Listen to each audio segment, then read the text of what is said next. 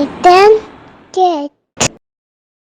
Hi everyone, இன்றைக்கி நம்ம கிச்சனில் ரொம்பவே குயிக்காக பண்ணுற மாதிரி ஒரு ஒன் பாட் கறி கொத்ஸு எப்படி பண்ணுறதுன்னு பார்க்கலாம்.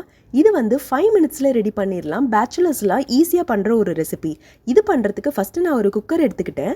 எண்ணெயை கொஞ்சம் ஊற்றி எண்ணெய் நல்லா காஞ்சதுக்கப்புறம் கடலைப்பருப்பு, உளுத்தம்பருப்பு, காரத்துக்கு தேவையான அளவு பச்சை மிளகாய் போட்டுக்கிறேன். ஒரு ரஃப்பாக கட் பண்ண பெரிய வெங்காயம், ஒரு தக்காளி ஆட் பண்ணிக்கலாம். நல்லா வதங்கின பிறகு ஒரு கத்திரிக்காய், ஒரு உருளைக்கிழங்கு ரஃப்பாக கட் பண்ணி ஆட் பண்ணிக்கலாம்.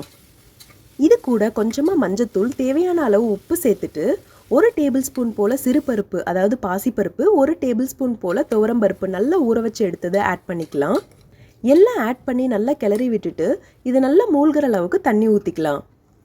இப்போது குக்கரை மூடி வச்சுட்டு ஒரு 2 to 3 விசில் நல்லா வர அளவுக்கு விட்டுக்கோங்க. நமக்கு நல்லா இப்போ வெந்து எல்லாம் ரெடியாகி வந்தாச்சு. நான் இப்போ ஒரு மேஷர் வச்சு எல்லாத்தையும் நல்லா ஒன்று சேர மேஷ் பண்ணிக்கிறேன். இது கூட கொஞ்சமாக நான் புளிக்கரைசல் ஆட் பண்ணி நல்லா கலந்து விட்டுக்கிறேன்.